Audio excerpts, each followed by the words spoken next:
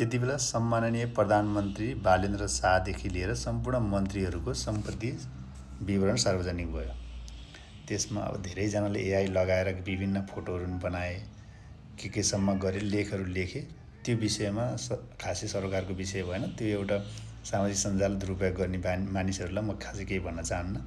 तर हर्क साम्पाङले पनि भन्नुभएको छ, सम्पत्ति विवरण मात्रै होइन, स्रोत के हो त्यो पनि खुलाउनु पर्यो भन्नुभएको छ। र अन्य समर्थकहरूले, राष्ट्रिय स्वतन्त्र पार्टीलाई समर्थन गर्नेहरूले पनि त्यो सोध्नुभएको छ। र धेरैजनाले चासो देखाउनु भएको छ कि सम्पत्ति विवरण सार्वजनिक भयो, स्रोत खुलाइएन भनेर।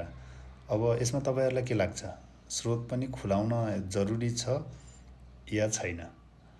सबैले कमेन्ट गर्नुहोला। र स्रोत खुलाइदिएको भए राम्रो हुन्थ्यो भन्ने मलाई पनि लाग्छ।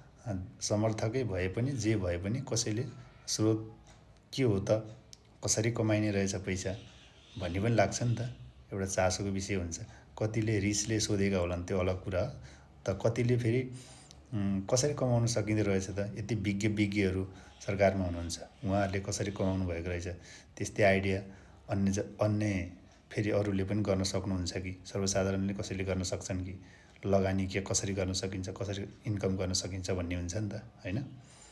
त्यो कुरा भइरहेको छ। यो विषयमा तपाईँहरूलाई कस्तो लाग्छ त?